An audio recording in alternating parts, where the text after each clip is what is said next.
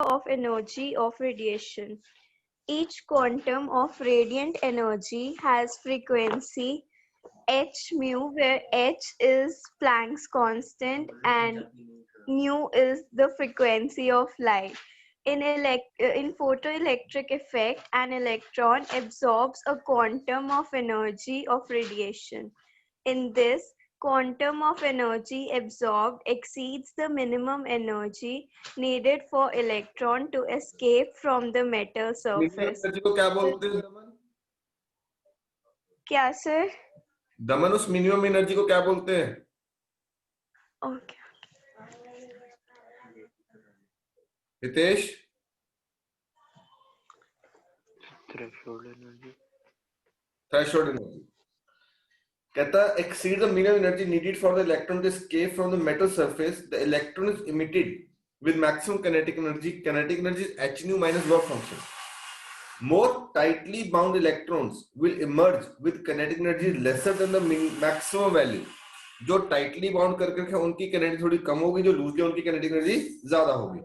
इसलिए हमने क्या कहा था कि जो पॉजिटिव पोटेंशियल है उस पे हम जो कलेक्टर प्लेट है उसके धीरे धीरे पोटेंशियल बढ़ाते रहता है, करंट बढ़ता रहता है कि जो कम एनर्जी वाला भी है वो भी कलेक्टर प्लेट तक पहुंच जाए. ठीक है ना, वो भी कलेक्टर प्लेट तक पहुंच जाए.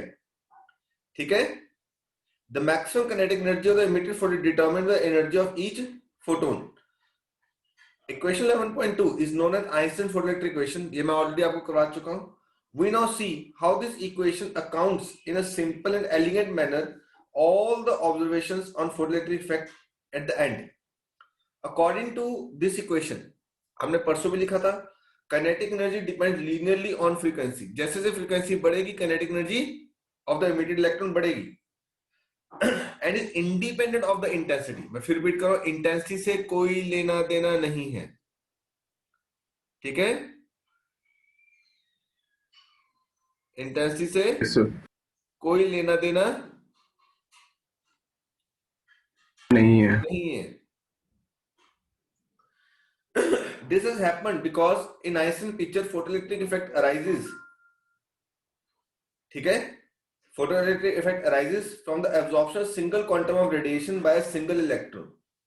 The intensity of radiation proportional to the number of energy quanta per unit area per unit time is irrelevant to this basic process.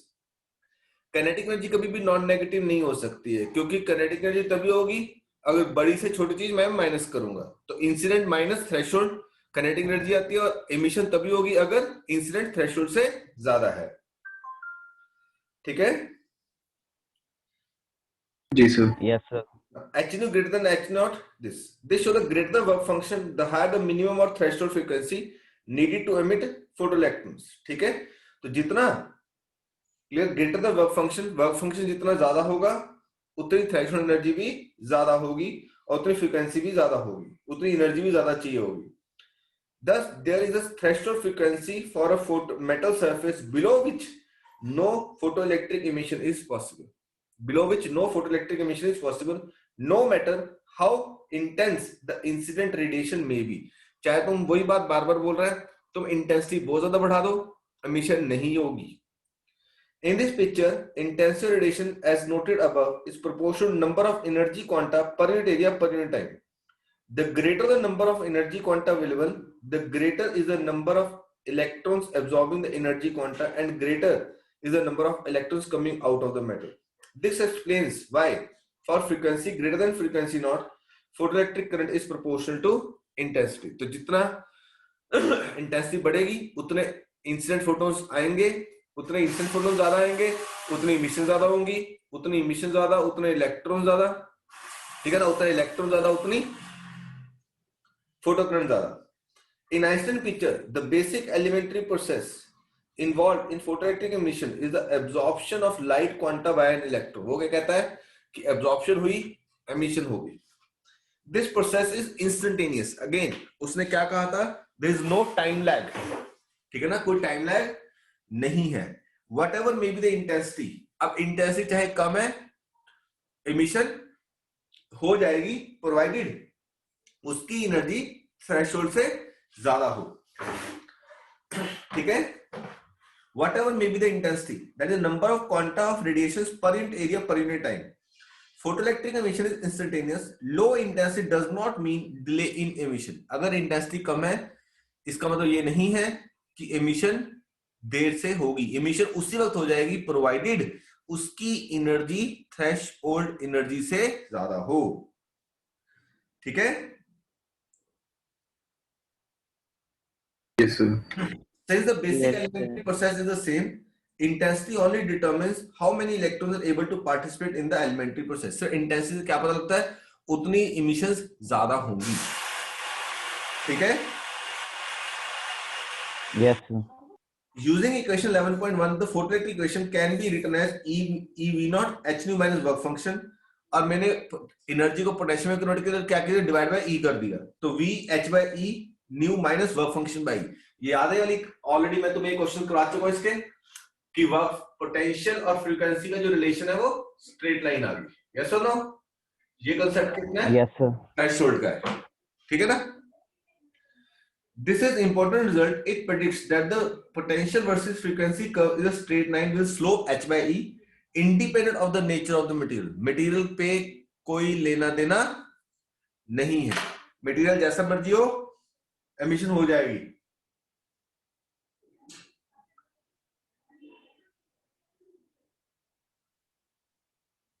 ठीक है. ये जो स्लोप है ये मटेरियल से इंडिपेंडेंट है. मिलिकन, अब देख यहाँ पे कुछ नहीं लिखा हुआ. उसने कहा कि मिलिकन ने बहुत कोशिश की 10 साल रिसर्च करता रहा कि आइंस्टाइन की फोटोइलेक्ट्रिक इक्वेशन को डिसअप्रूव कर दे, बट एट द एंड वो डिसअप्रूव नहीं कर पाया. देखो लिखा मिलेगा. During 1906 to 1916, Millikan performed a series of experiments on photoelectric effect aimed at disapproving Einstein's photoelectric equation. ठीक है. He measured the slope of straight line observed from sodium similar to that shown. Using the known value of E, he determined the value of Planck constant. Value come close to the value of Planck constant, determined entirely different context. In this way, in 1916, Millikan proved the validity of Einstein's photoelectric equation instead of disapproving it. At the end, उसने क्या कहा? नहीं, Einstein की photoelectric equation ठीक है. The successful exploration of the photoelectric effect using the hypothesis of light quanta and the experimental determination of h and phi naught in agreement with values obtained from other experiments led to the acceptance of Einstein's picture of photoelectric effect. ठीक है ना? छोड़ दे ना. अब आता है particle nature of light, photon. उसने क्या कहा? कहता जो एनर्जी पार्टिकल है वो क्या है? एनर्जी क्वांटा है, फोटोन है. Photoelectric effect thus gave evidence to the strange fact that light in interaction with matter behaved as if it was made of quanta or packets of energy, each of energy h nu. Is the light quantum of energy to be associated with the particle? Einstein arrived at the important result that the light quanta can also be associated with momentum h nu by c. Now momentum को prove करो. ये formula drive करो. Momentum को h nu by c drive करोगे.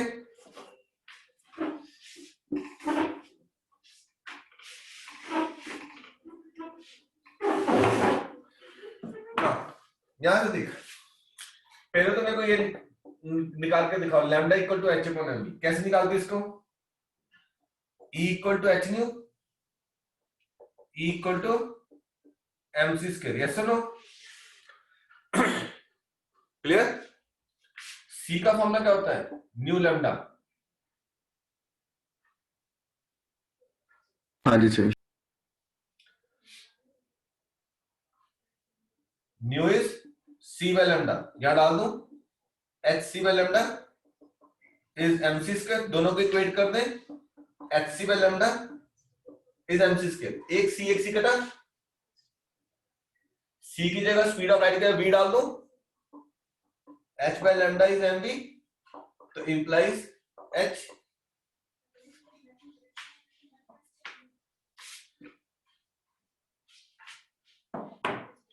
implies lambda h upon mv. Check करो. implies lambda is h upon mv.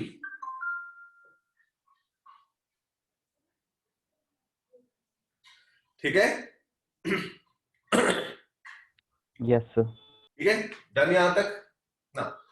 अब देख, अगर मैं mv के मोमेंटम है तो मोमेंटम h बाय लैम्डा। तो अगर मैं यहां से लैम्डा की वैल्यू निकालता हूं तो लैम्डा क्या बन जाएगा, c upon new.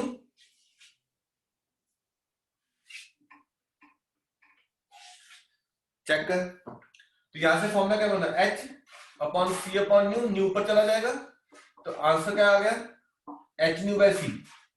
It is momentum, h nu by c is momentum. बोलो क्लियर बात।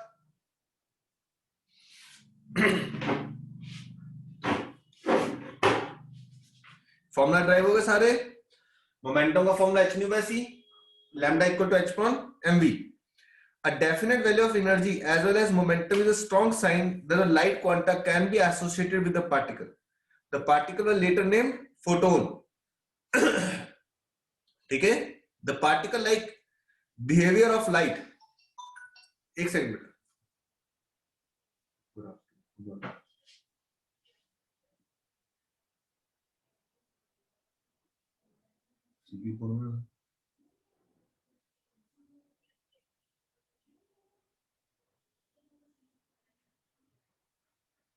ह्यूमन तो कट गया ना सिलेबस से।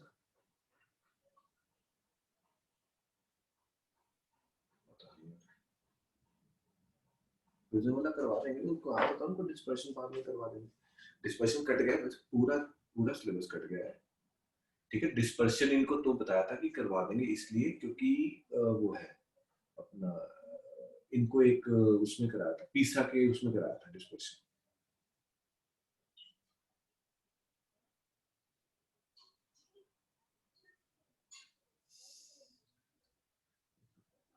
एक सेकंड, अभी हम 9th लेके 10th तक के क्या ले रहे हैं, यूनिट टेस्ट ले रहे हैं ना। बेवकूफ, तो प्रिंसिपल भी तो पागल है ना।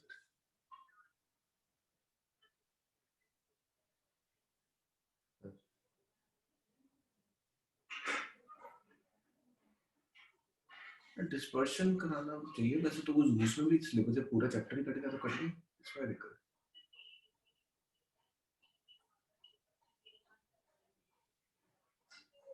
नहीं कुछ नहीं होता। एक सेकंड बेटा, एक सेकंड रीड करना जरा फोटो।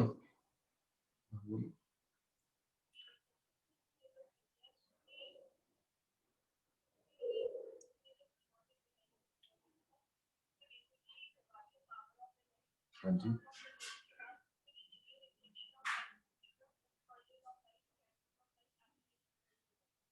कट गया सारा।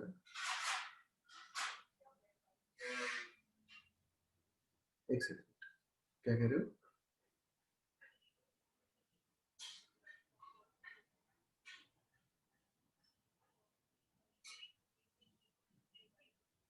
हाँ,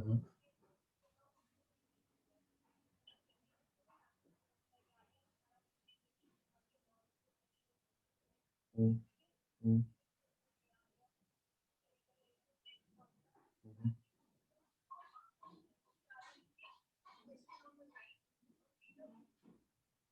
हम्म।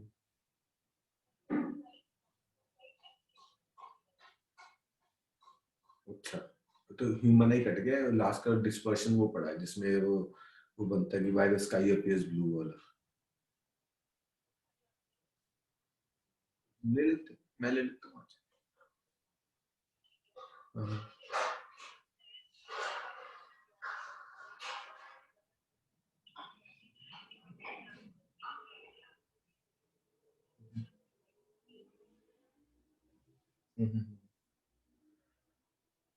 हाँ, हाँ, ले लो, जैसे हमेशा लेते पहले। हाँ, तो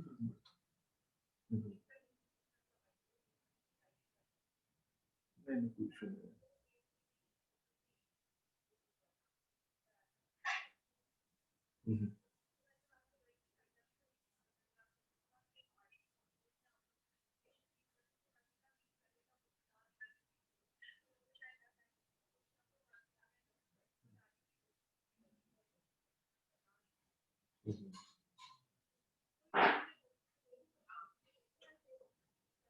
मैं ले लेता हूँ,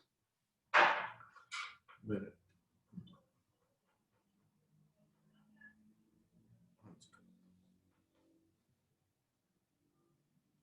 ठीक है ना। फोटोन देख, यहाँ पे ना फोटोन का क्वेश्चन आएगा, what are the properties of photon. अगले पेज पे देख 5-6 प्रॉपर्टी लिखी हुई है। बोलो मिला बेटा? Yes, sir. यहां से अगर 2 नंबर में क्वेश्चन आता तो 4 लिखना, अगर एक में आता तो 2 लिखना। क्लियर? लिख लो, मैं 2-4 लिखा डिक्टेट भी कर देता हूं, थोड़ा वर्डिंग चेंज कर देता हूं। लिखो, each photon has energy E equal to h nu, एक minute sir. momentum h nu by c. Each photon has energy E equal to h nu and momentum h nu by c.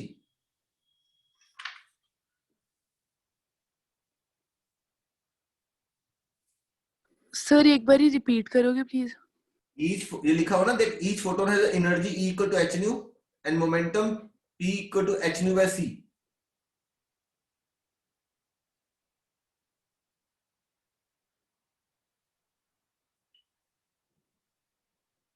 Next लिखो, all the emitted photons from the source, all the emitted photons from the source travel through space with the same speed.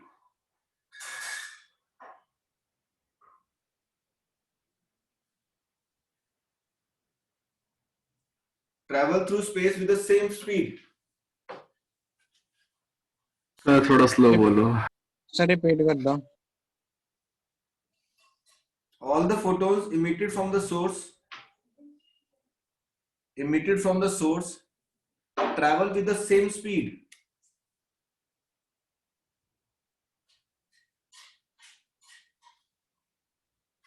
Travel with the same speed.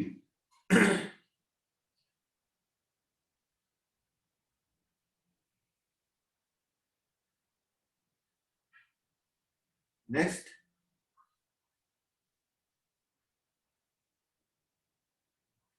the rest mass of photon is 0. The rest mass of photon is 0. इसको highlight कर लेना क्योंकि board में question पूछता है, what is the rest mass of photon, आपने 0 लिखना है बस। Rest mass of photon is 0.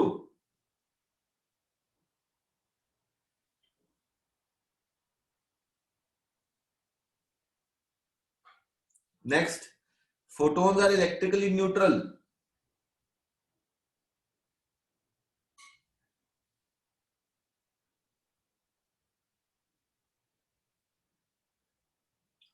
Photons are electrically neutral.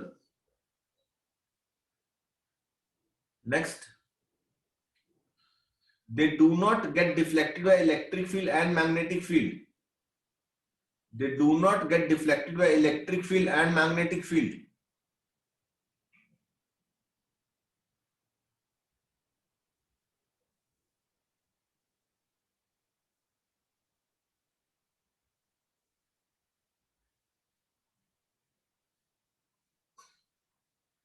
ठीक है, अब देख जैसे वो यहाँ पे थर्ड पॉइंट पढ़ के देखता है, all photons of light of a particular frequency have same energy and momentum whatever the intensity of radiation may be. By increasing the intensity, ठीक है, by increasing the intensity of the light of the given wavelength, there is only an increase in number of photons per second. सिर्फ गिनती बढ़ती है, intensity बढ़ने से energy नहीं बढ़ती। नहीं बढ़ती।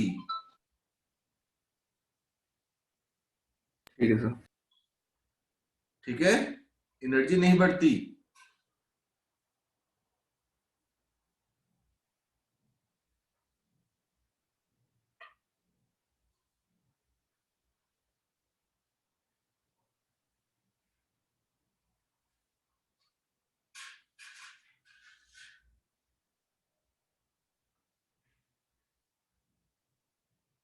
ठीक है, Yes, sir.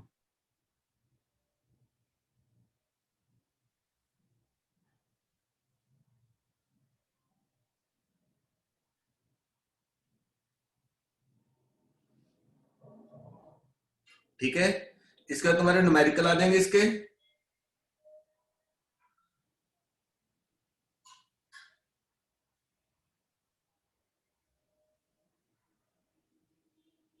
फिर वेव नेचर और चैप्टर खत्म। चलो जी, और न्यूमेरिकल करते हैं इसके। एग्जांपल नंबर 11.1 चेक करो। 11.1 इंपॉर्टेंट है। अब कैसे करना है न्यूमेरिकल, ध्यान से देखना क्या प्रोसेस इन्वॉल्व है न्यूमेरिकल में।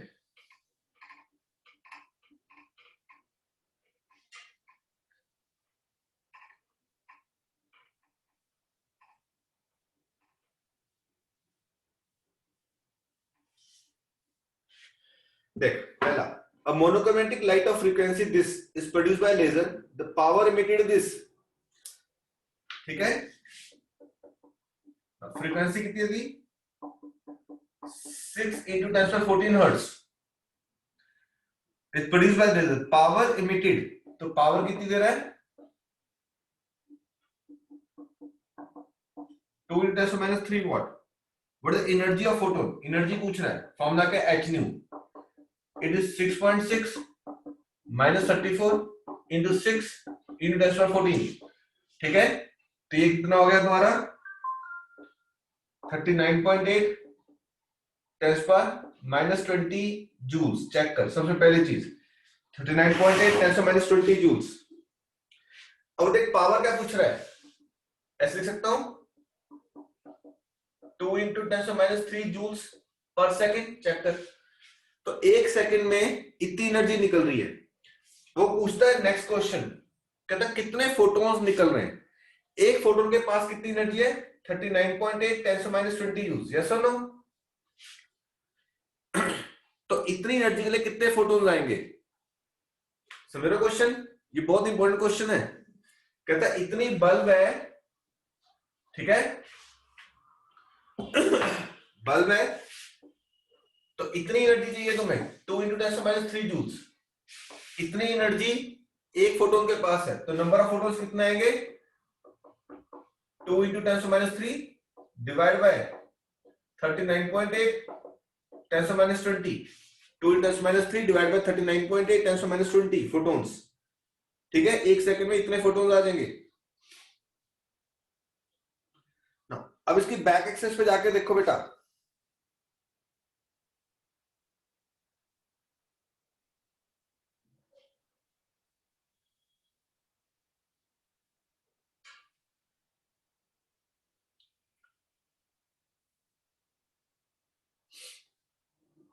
इलेवन 11.7 चेक करो, मिल गया 11.7 क्वेश्चन। Yes sir. देख क्या कहता है, 100 what sodium lamp,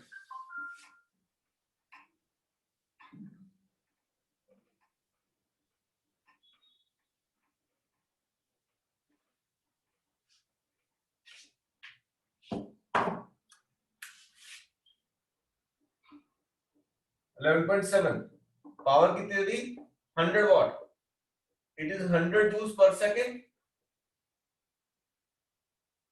the lamp is located centre of a large sphere, यहां पे लैंप लगा दिया, that is all the sodium that is incident on it, सारी लाइट अब्सॉर्ब कर रहा है। The wavelength lambda 589 10⁻⁹ metre.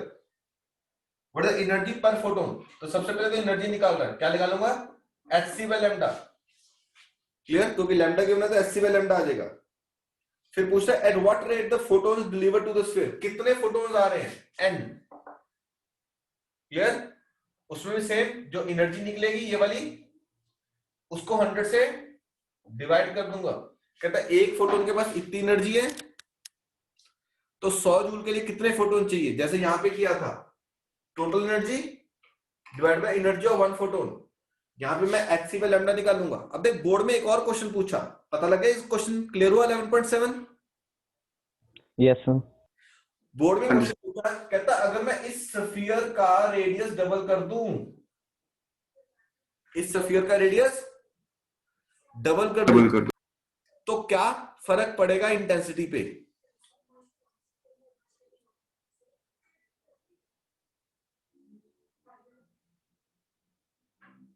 तो सेम रहेगी।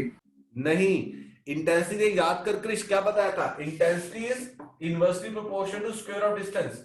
अगर डिस्टेंस 2 टाइम्स कर दिया तो इंटेंसिटी 1/4 हो जाएगी। गिनती पे कोई फर्क नहीं पड़ेगा, उतने ही जा रहे हैं, जितनी इमिशन हो रही है उतनी है, बट यहाँ पे रोशनी दूर, जैसे तो रोशनी दूर जा रहा है इंटेंसिटी कम हो रही है, बढ़ रही है? कम हो रही है। कम। तो बल्ब के पास हूं तो रोशनी ज्यादा है, बल्ब से दूर जा रहा हूं तो रोशनी कम हो रही है कि नहीं हो रही है? Yes, sir. बिल्कुल सर। हाँ, क्लियर क्वेश्चन?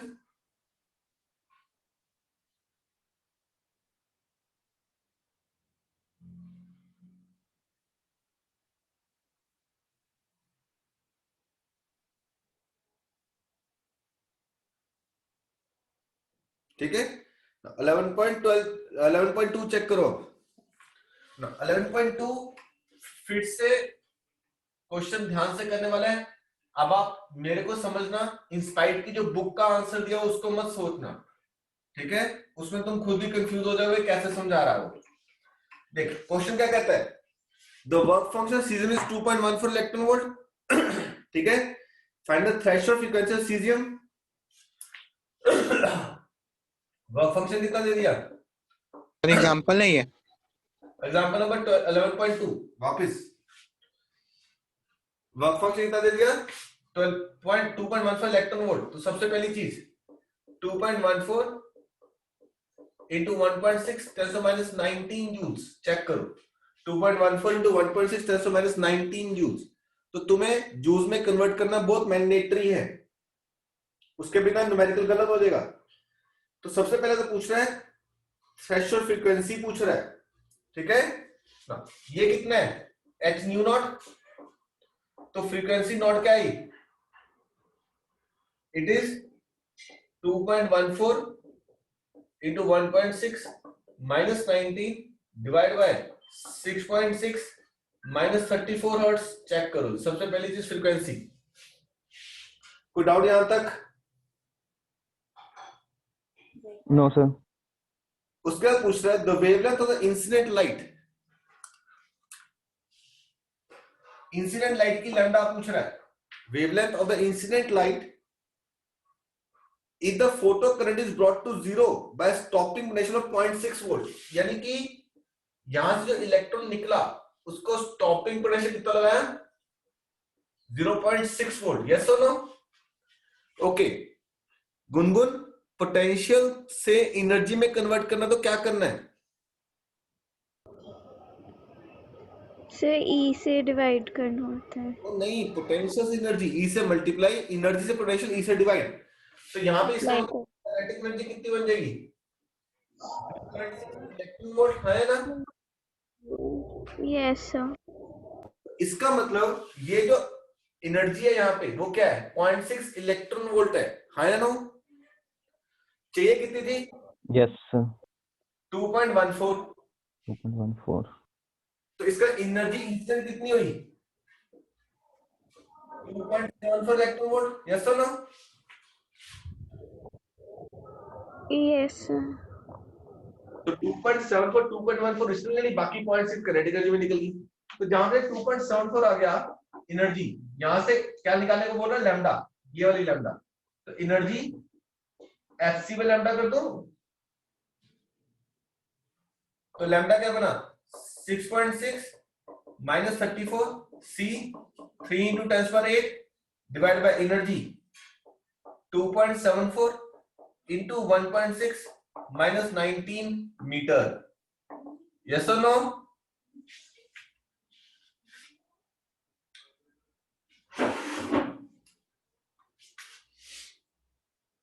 जी सर।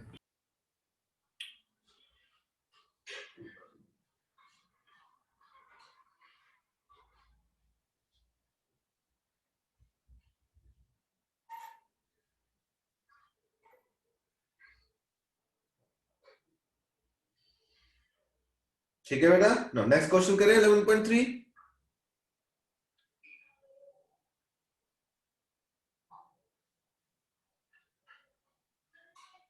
Yes, sir. हाँ जी sir.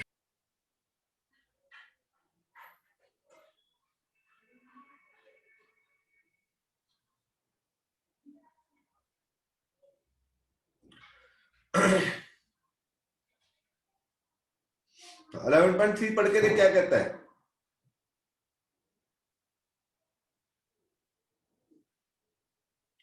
The wavelength of light in a visible region is about 390 nanometer for violet, 550 nanometer for yellow green and 760 nanometer for red. क्या तुम E equal to H C by lambda करके तीनों की energy निकाल सकते हो? Yes, sir. और उसको ये एनर्जी जूल्स में आएगी, उसको इलेक्ट्रॉन वोल्ट में कन्वर्ट करेंगे, क्या करेंगे, डिवाइड बाय 1.6 10 to minus 19.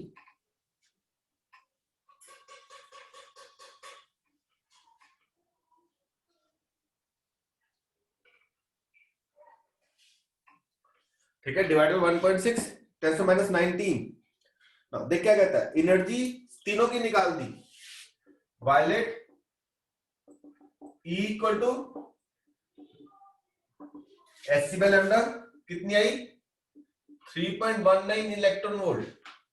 फिर येलो ग्रीन एनर्जी कितनी आ गई, 2.26 इलेक्ट्रॉन वोल्ट। फिर रेड एनर्जी कितना आ गई, 1.64 इलेक्ट्रॉन वोल्ट। चेक करो, तीनों की एनर्जी निकाली E equal to H C by lambda करके। जब मैंने E equal to H C by lambda किया, उसको डिवाइड बाय 1.6 करना पड़ेगा, तब वो इलेक्ट्रॉन वोल्ट में कन्वर्ट हो जाएगी। ठीक है,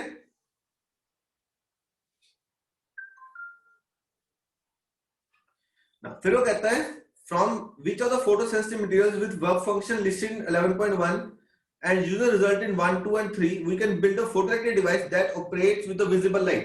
अब तुम टेबल नंबर 11.1 पे जाके देखो, देखो सीजियम का कितना दिया हुआ है तुम्हें, वर्क फंक्शन 2.14। तो 2.14 अगर सीजियम का मैं कोई ऐसा मटेरियल बनाता हूं तो येलो ग्रीन और वायलेट के साथ काम करेगा, यस। पोटेशियम लगा देता हूं, ठीक है, 2.3 सिर्फ वायलेट के साथ काम करेगा। सोडियम लगाता हूं, सिर्फ वायलेट के साथ काम करेगा, इन दोनों के साथ काम नहीं करेगा। और कैल्शियम लगा देता हूं तो वायलेट येलो ग्रीन रेड किसी के साथ भी काम नहीं करेगा, क्योंकि एमिशन नहीं दे पाएगा। पहला सीजियम किसके साथ काम करेगा, येलो ग्रीन और वायलेट के साथ। पोटेशियम सिर्फ वायलेट के साथ और सोडियम सिर्फ वायलेट के साथ। क्लियर, क्योंकि इसकी इंसिडेंट थ्रेशोल्ड से कम है। बोलो क्लियर बेटा जी।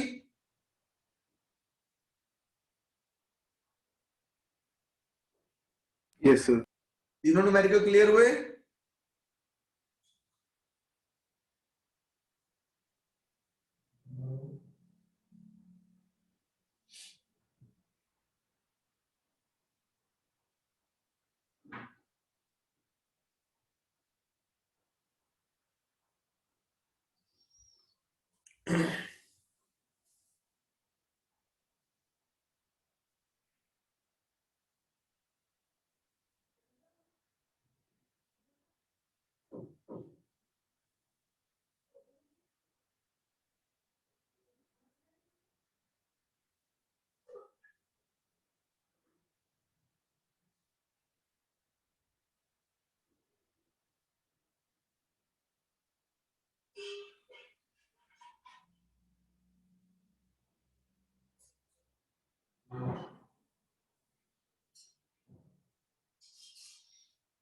बोलो ठीक है बेटा जी ना।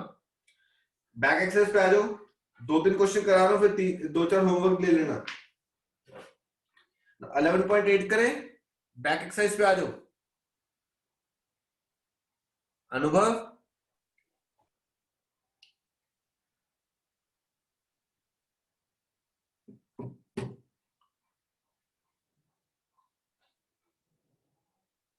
अनुभव कुछ समझ में आ रहा है आपको? Yes sir. आप इतने दिनों से कहां थे?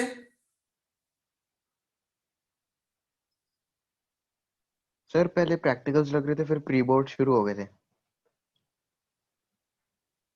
तो आपने बताया भी नहीं।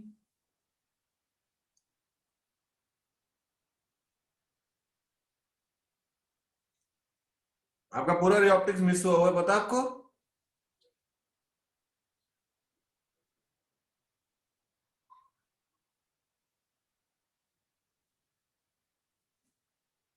ऐसे बेटा क्लासेस मिस ना करो।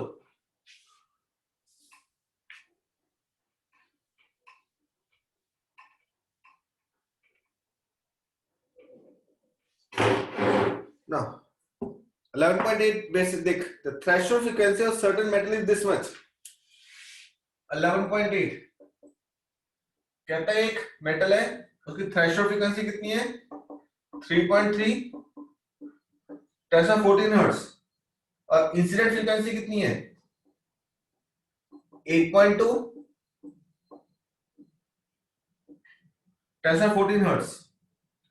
predict the cutoff voltage for the photoelectric emission। cutoff voltage, ठीक है, कट ऑफ वोल्टेज यानी कि स्टॉपिंग पोटेंशियल। तो यहां पे क्या निकालना पड़ेगा, E equal to H nu, it is 6.6 minus 34, frequency 8.2 10 पर 14 डिवाइड बाय 1.6 माइनस 19। ठीक है, ये कन्वर्ट करना पड़ेगा आपको।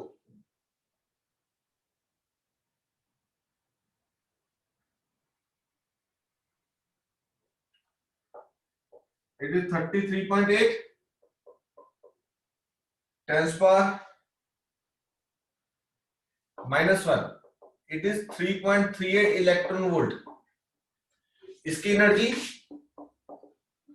6.6 minus 34, फ्रीक्वेंसी 3.3 10 पर 14 divide by 1.6 minus 19।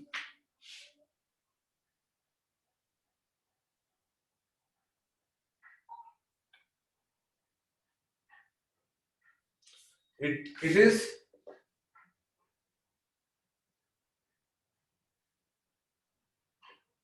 1.36 electron volt. अब देख, अब इसमें स्टॉपिंग पोटेंशियल कितना आ गया 1.3, sorry cut off threshold energy 1.36, आई कितनी है 3.38, तो काइनेटिक एनर्जी कितनी हो जाएगी 3.38 minus 1.36, it is 2.02 electron volt. 2.02 electron volt, check करो।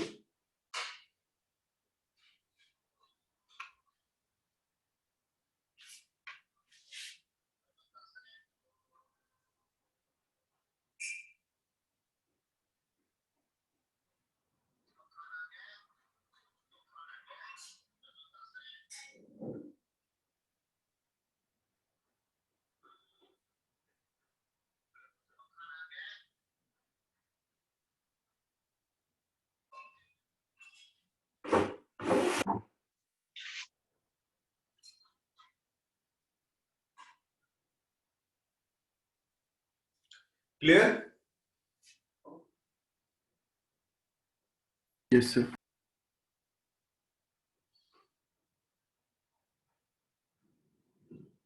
ओके, नेक्स्ट क्वेश्चन देख बेटे।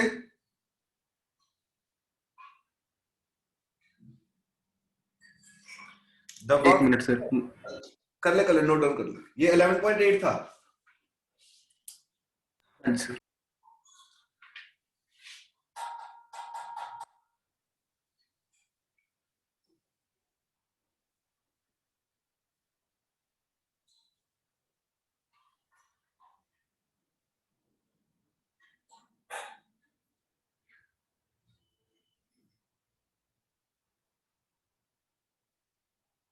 अलेवन पॉइंट 9 करो इन द मीन टाइम, जिसका हो गया कर दो ना बेटा पूरा बोर्ड एक बार।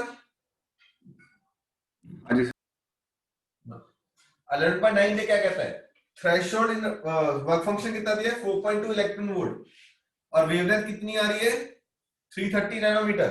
वो पूछ रहा है कि क्या ये एमिशन दे पाएगा कि नहीं दे पाएगा।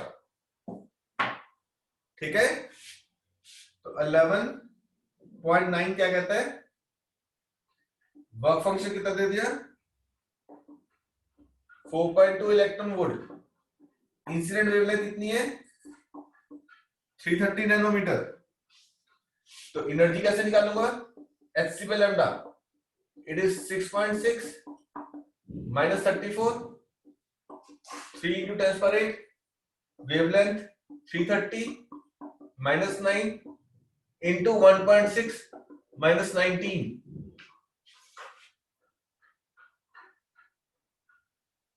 ठीक है, ये बन गया 6.6 into 3 divide by 330 divide by 1.6, it is 0.0375 into 10 power minus 34 plus 8 minus 26 minus 26 plus 27 28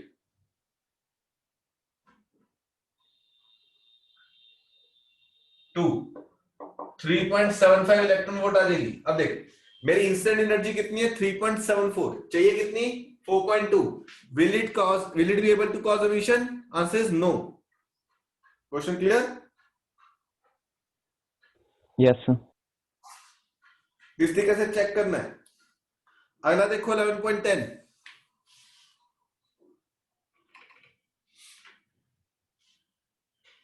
board clean कर दो बेटा जी, चेक करो।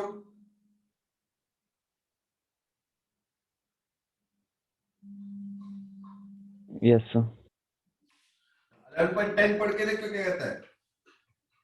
Light of frequency is incident on a metal surface, ठीक है।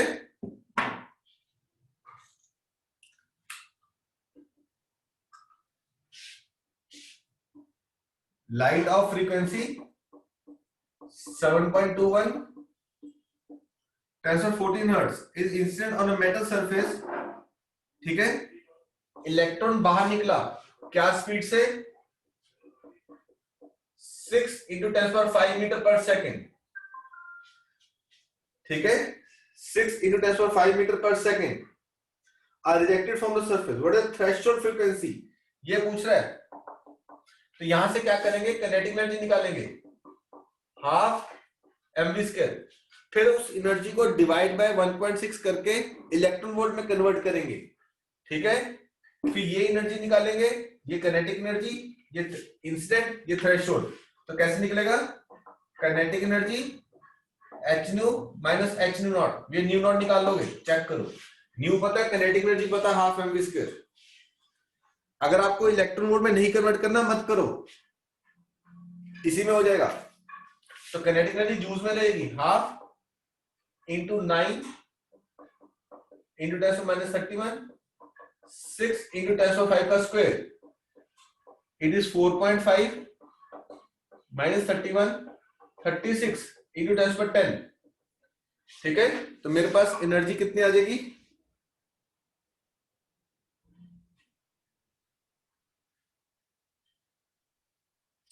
162 इंटू 10⁻21 जूल्स। तो यहां पे वैसे डालना बस 162 minus 21 h 6.6 minus 34 into frequency 7.21 10⁻14 minus 6.6 10⁻34 into frequency not, check करो। ये न्यू नॉट के लिए सॉल्व हो जाएगा पूरी इक्वेशन में से।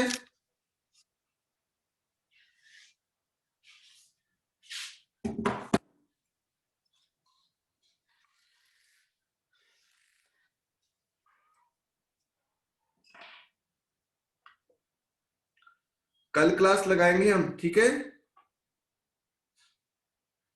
सेम टाइम पे सर। हाँ सेम टाइम 11 बजे रख लेते हैं। Okay sir. कल ड्यू नेचर खत्म कर लेंगे।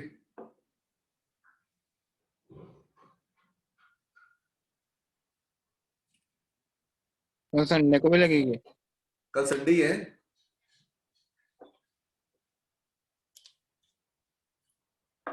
Okay sir. ठीक है।